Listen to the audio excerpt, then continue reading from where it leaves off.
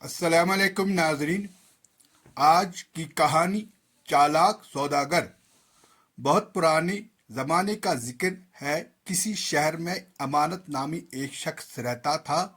وہ گلا فروشی کا کام کرتا تھا اور شہر کے بیچوں بیچ ایک بڑے بازار میں اس کی گلے کی دکان تھی۔ اس دکان میں گندم، چاول، گڑ، شکر، مکئی اور دالیں فروخت ہوتی تھی۔ اس کی ایمانداری، خوش اخلاقی اور گلے کے مناسب داموں کی وجہ سے لوگ دور دور سے اس کی دکان میں سودا لینے آتے تھے۔ اس کی دکان میں دو نوعمر لڑکے بھی کام کرتے تھے۔ ایک کا نام احسان تھا اور دوسرے کا مقصود۔ دونوں تقریباً ہم عمر ہی تھے اور کوئی 12 سال کے ہوں گے۔ ان لڑکوں کا تعلق غریب گھرانوں سے تھا اور دونوں کے باپ اس دنیا میں نہیں تھے۔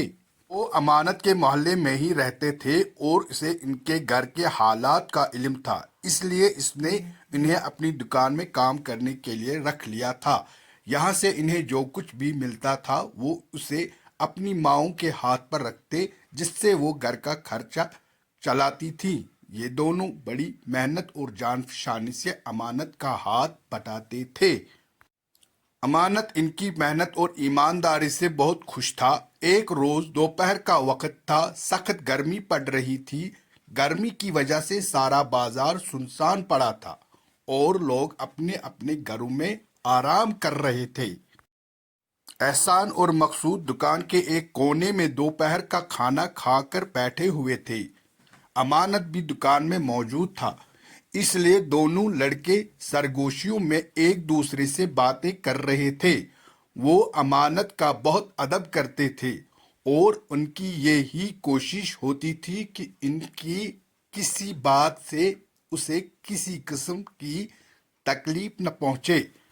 ان دونوں لڑکوں میں احسان زیادہ ہوشیار اور ذہین تھا۔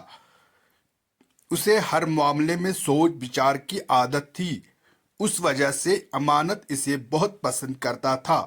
وہ دکان کے معاملات میں بھی بہت دلچسپی لیتا تھا اور اس کو بہتر طریقے سے چلانے کے لیے امانت کو مشورے بھی دیتا رہتا تھا۔ وہ مشورے ایسے ہوا کرتے تھے کہ امانت بخوشی ان پر عمل کرتا تھا۔ اسی کے مشورے پر امانت نے ایک لکڑی کی بڑی سی 2 پہیوں کی بتھ گاڑی بھی بنوا لی تھی۔ جو لوگ زیادہ سامان خریدا کرتے تھے، امانت ان کا وہ سامان اس گاڑی میں لدوا دیتا تھا اور احسان اور مقصود مل کر وہ سامان اس جگہ پہنچا دیتے تھے جہاں وہ گاہک اسے لے جانا چاہتا تھا۔ گاہکوں کو اس سہولت سے بہت آسانی ہو گئی تھی، اس سے ان کی یہ پریشانی